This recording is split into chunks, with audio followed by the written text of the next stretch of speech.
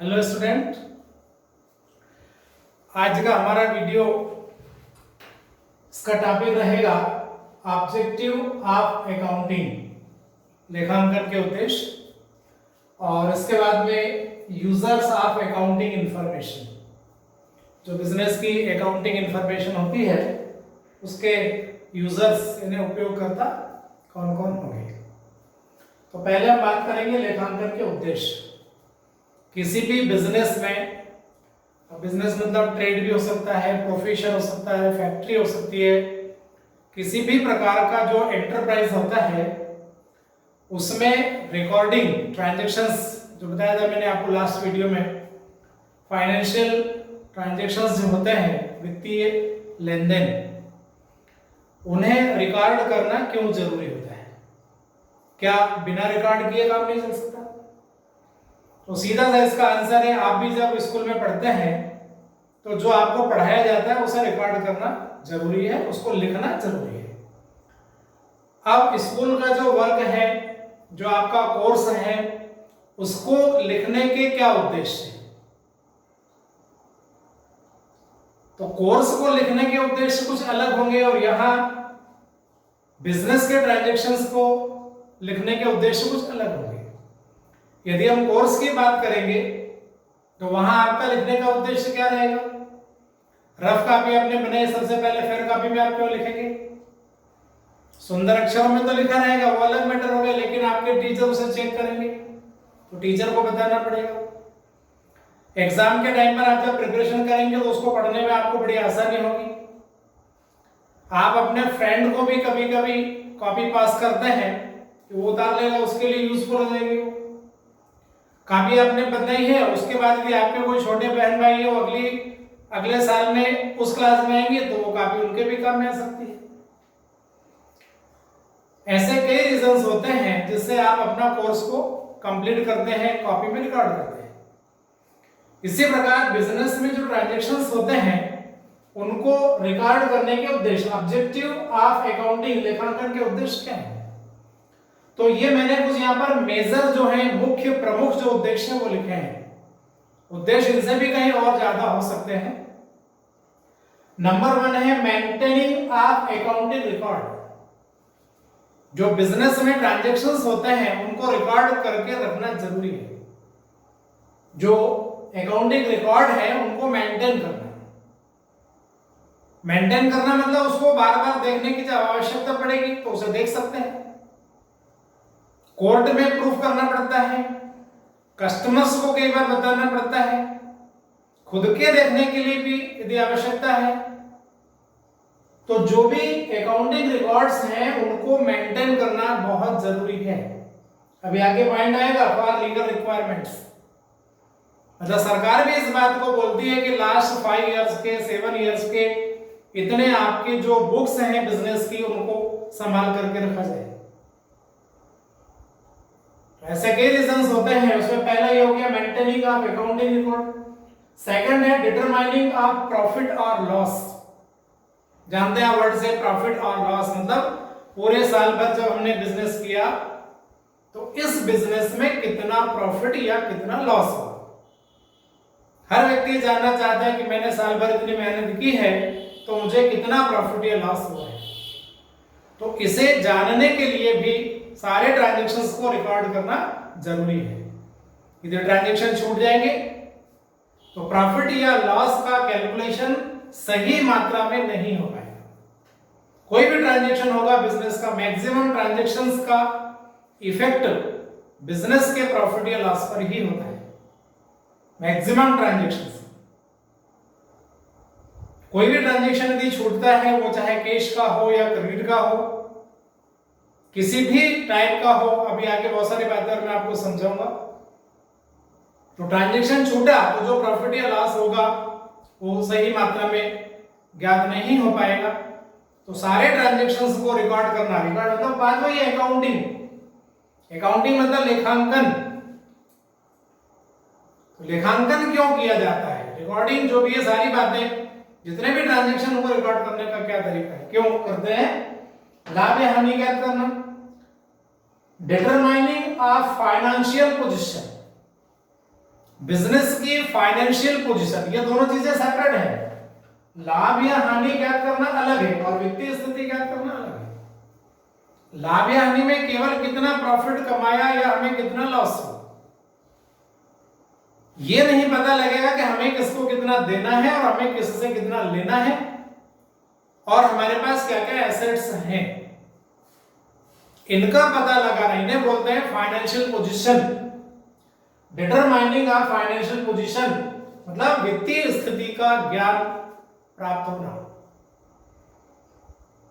वित्तीय स्थिति, किससे कितना लेना है बताया मैंने आपको, किसको कितना देना है, बिजनेस में क्या क्या एसेट्स हैं, कैश कितना है, बैंक बैलेंस कितना है, स्टॉक कितना है, बहुत सारी चीजें आगे आएंगी, सारी बातें। मतलब व्यापार की पोजीशन, इकोनॉमिकल पोजीशन, उसका पता लगाने के लिए भी अकाउंटिंग करना जरूरी है। नेक्स्ट है प्रोवाइडिंग इंफॉर्मेशन टू यूजर्स। जो बिजनेस की अकाउंटिंग का यूज करने वाले पर्संस होते हैं, अभी आगे आएंगे जब बताऊंगा मैं आपको। जब इन यूजर्स को आपके बिजनेस के बारे में कोई भी इंफॉर्मेशन चाहिए तो कैसे बताएंगे फिर आप। स्कूल की बात करें फिर से, मान लो कोई एक्सटर्नल आ गया और आपकी कॉपी को चेक करने का कहा कि आप कॉपी बताइए, हम चेक करेंगे। कैसे बताएंगे यदि आपने उसकी सब्जेक्ट की आपने कॉपी मेंटेन नहीं की हुई है। तो जो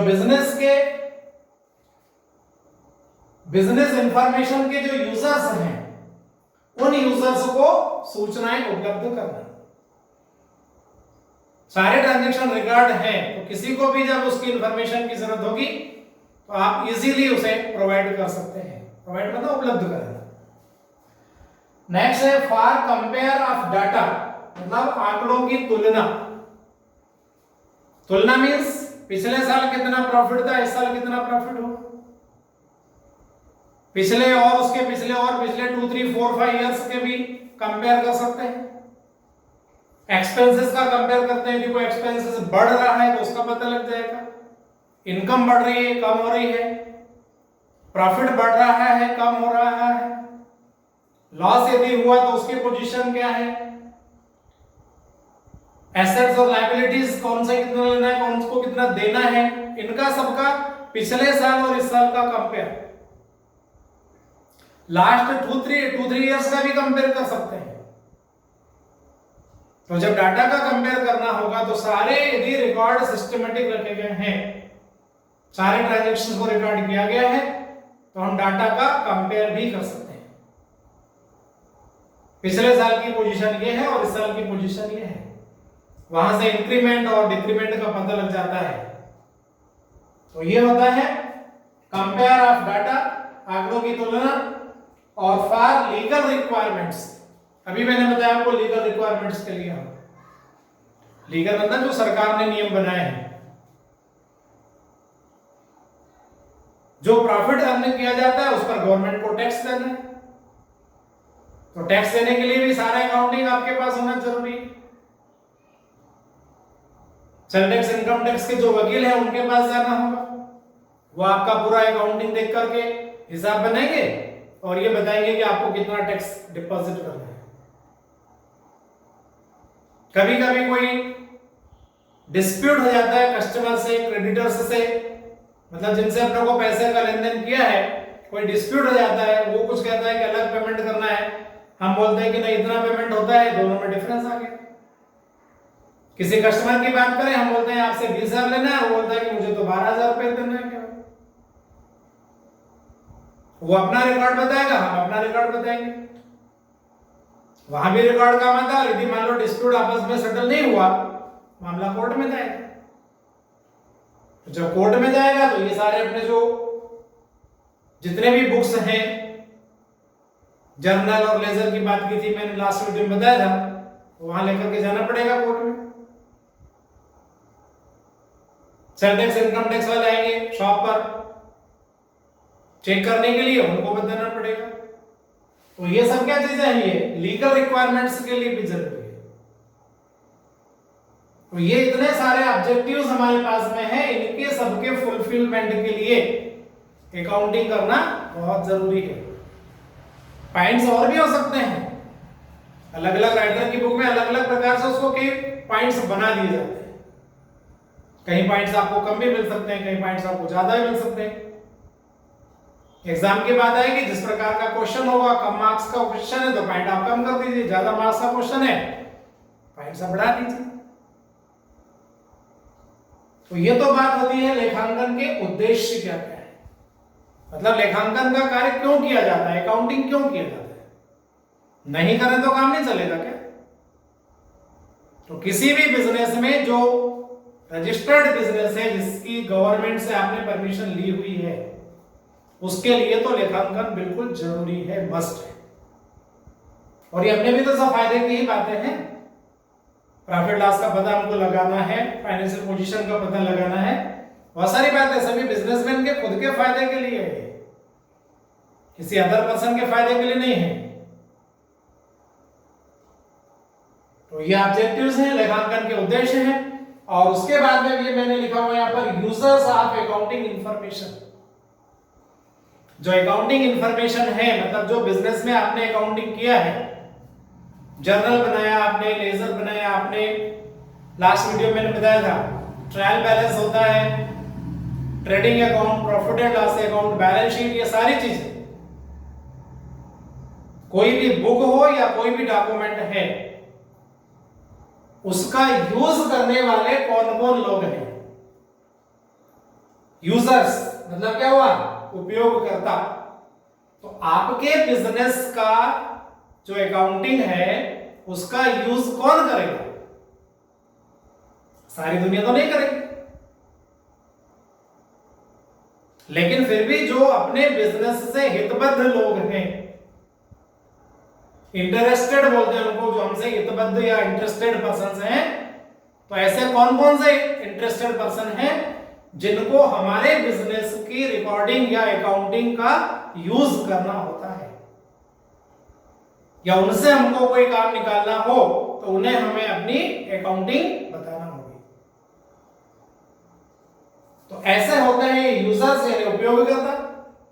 अब उपयोगकर्ता को हमने टू पार्ट्स में डिवाइड कर दिया है।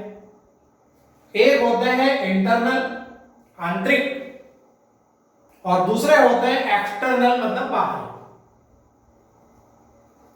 आंतरिक मतलब जो बिजनेस में ही काम करते हैं, जिनका खुद का बिजनेस है, नाम बता रहा हूं मैं आगे। और बाहरी मतलब जो बिजनेस के अलावा जो लोग हैं। पहले बात करते हैं इंटरनल की। नंबर 1 खुद मालिक जो है वो।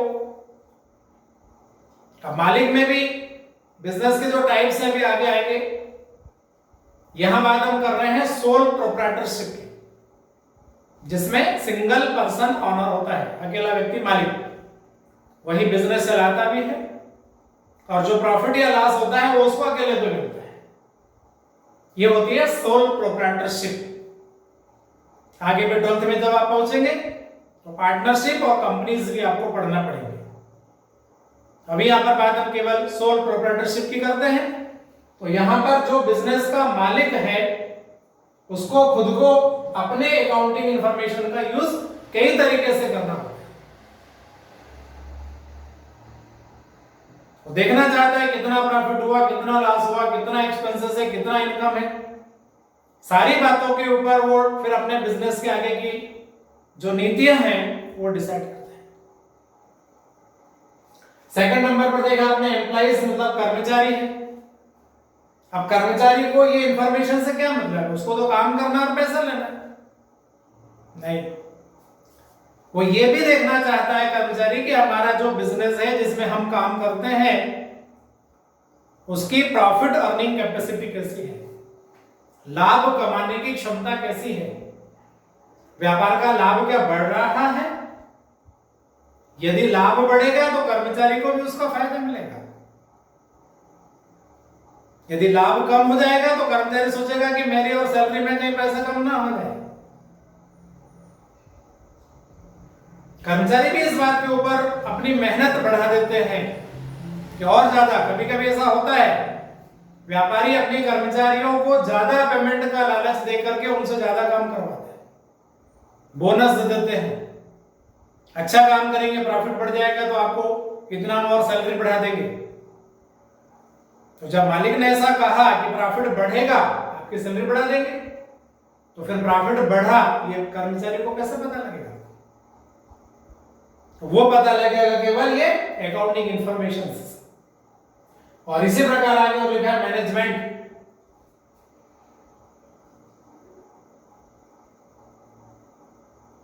प्रबंधक, प्रबंधक का मतलब तो मैनेजर होता है, प्रबंधकीय बोल सकते हैं इसको, प्रबंधकीय, जो बिजनेस का मैनेज करते हैं। ये जरूरी नहीं कि बिजनेस का जो ऑनर है वही पूरा बिजनेस मैनेज करेगा।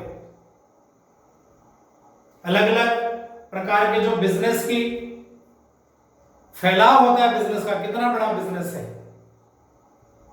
कई बिजनेस में ऑनर अलग होता है और मैनेजमेंट में मैनेजर अलग होते हैं। तो ये अकाउंटिंग इंफॉर्मेशन का यूज मैनेजर भी करेगा, बिजनेस के लिए पॉलिसी बनाएगा। अभी डाटा कंपेयर की हमने बात की, यहां पर डाटा कंपेयर करने के लिए भी बहुत सारी बातें मैनेजर की इन अकाउंटिंग इंफॉर्मेशन पर ही डिपेंड रहती है। बिना अकाउंटिंग इंफॉर्मेशन के ये कुछ भी नहीं कर सकते। तो ये ऐसे लोग हैं जो बिजनेस से डायरेक्ट जुड़े हुए हैं, तो इन्हें कहा जाता है ये इंटरनल यूजर्स, मतलब आंतरिक उपयोगकर्ता। और इसके बाद में इधर आएंगे हम, तो ये एक्सटर्नल मतलब बाहरी उपयोगकर्ता। बाहरी मतलब बिजनेस से रिलेटेड हैं, लेकिन बिजनेस में डायरेक्ट इन्वॉल्व नहीं है। टाइम टू टाइम ही केवल उनका आना जाना रहता है, कोई विशेष कार्य के लिए उनसे संपर्क करना होता है या वो हमसे संपर्क करते हैं। अब ऐसे लोगों में देखिए आपने कुछ नाम लिखे हुए हैं, ये नाम कुछ आपके लिए नए भी हो सकते हैं। जैसे पहले लिखा हुआ है डेबिटर्स, देनदार, जिन लोगों को हम माल बेचते हैं उधार, वो हमारे देनदार बन जाते हैं। और जिन लोगों से हम माल उधार खरीदते हैं वो हमारे लेनदार बन जाते हैं। अब देनदार और लेनदार कैसे हमारे इंफॉर्मेशन का यूज करेंगे और क्यों करेंगे? तो देनदार जिनको हम माल बेचते हैं, उनको इस बात की चिंता रहती है कि हमारे बिजनेस में कितना उधार हम बेचते हैं, पैसे हम लोगों से किस प्रकार से वसूल करते हैं, पैसा वसूल करने का एवरेज टाइम पीरियड क्या है। ये सारी बातों का पता लगा करके देनदार हमें पैसा देते हैं। हमारा सिस्टम ढीला है तो देनदार भी ढीले हो जाएंगे। कोई 8 दिन में पैसा देने वाला होगा, कोई 15 दिन में देगा। और यदि हमारा सिस्टम स्ट्रांग है तो देनदार भी टाइम पर पैसा ला करके देगा। तो जो कलेक्शन पीरियड आगे 12th में जब पहुंचेंगे तब वहां निकालना होगा हमें, एवरेज कलेक्शन पीरियड कहते हैं, वो अकाउंटिंग इंफॉर्मेशन से ही निकल करके आता है। इसी प्रकार ये लेनदार, क्रेडिटर्स, जिन लोगों से हम माल खरीदते हैं, ये तो ज्यादा हमारे बिजनेस में इन्वॉल्व रहेंगे। किसी से यदि हम उधार लेंगे तो हमारे बारे में पहले वो इंफॉर्मेशन प्राप्त करेगा पूरी, कि जिसको हम उधार दे रहे हैं वो हमारा पैसा वापस मिलेगा भी कि नहीं मिलेगा, और मिलेगा तो टाइम पर मिलेगा या नहीं मिलेगा। तो जब हम किसी से उधार माल खरीदते हैं तो वो हमारे बारे में सारी जानकारी पता लगाता है। कहां से पता लगेगी? ये जो अकाउंटिंग इंफॉर्मेशंस हैं उन्हीं से पता लगेगा। उसी प्रकार से आगे, और ये सरकार, गवर्नमेंट है, बताया था इधर मैंने आपको,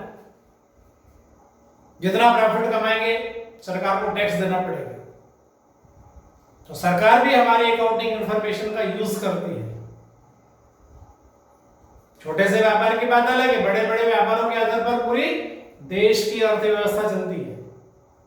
बड़े बड़े व्यापारियों का, बड़े बड़े जो बिजनेसमैन हैं, फैक्ट्री के मालिक हैं, उनकी इंफॉर्मेशन से पूरे देश की अर्थव्यवस्था और देश का बजट बनाया जाता है। तो सरकार को इसका यूज करना है। इन्वेस्टर, विनियोक्ता, विनियोक्ता मतलब जो हमारे बिजनेस में पैसा लगाने वाले हैं। नॉर्मली ये जो यूज होता है फर्म्स और कंपनीज के लिए होता है। विनियोग, इन्वेस्टमेंट आपने कभी सुना होगा। तो इन्वेस्टमेंट करने वाले जो लोग होते हैं वो इन्वेस्टर कहलाते हैं। तो हमारे बिजनेस में कोई भी आकर के हमको दे जाएगा कि 5 लाख रुपीस रखो, आप इसका बिजनेस में यूज करना और हमको इंटरेस्ट दे देना, तो हमारी यदि पोजीशन स्ट्रांग है, पोजीशन कौन सी, अकाउंटिंग इंफॉर्मेशन के आधार पर जो ज्ञात होगी,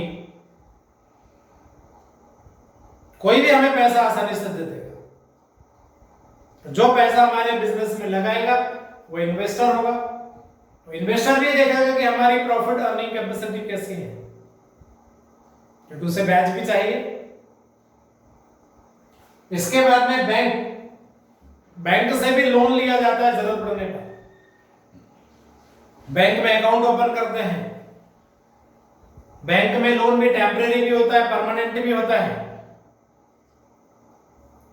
वो सारी जो बैंक से जितनी भी हम फैसिलिटी लेना चाहते हैं, वो बैंक हमारी सारी अकाउंटिंग इंफॉर्मेशन से पता लगा लेगा कि हमारे व्यापार को बैंक वाले पैसा देंगे या नहीं देंगे। उन्हें भी इस बात की श्योरिटी चाहिए कि जो पैसा हम बिजनेसमैन को दे रहे हैं वो हमारा पैसा प्रॉपर टाइम पर मिल जाएगा या नहीं मिलेगा। और इसके बाद में लिख दिया, और अदर पर्संस भी कई प्रकार के हो सकते हैं। अदर में 2 3 नेम लिखे मैंने आपको। रिसर्चर्स, रिसर्च का मतलब जानते हैं आप, कोई भी नई खोज करना है,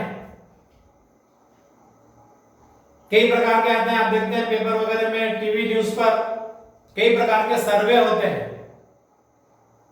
ऐसे सर्वे वाले, रिसर्च वाले कई प्रकार के लोग बिजनेस में आते हैं, अकाउंटिंग इंफॉर्मेशन उनको मांगते हैं, जो उनको देने लायक है वो दे दी जाती है, सब उनको देना कोई जरूर नहीं है।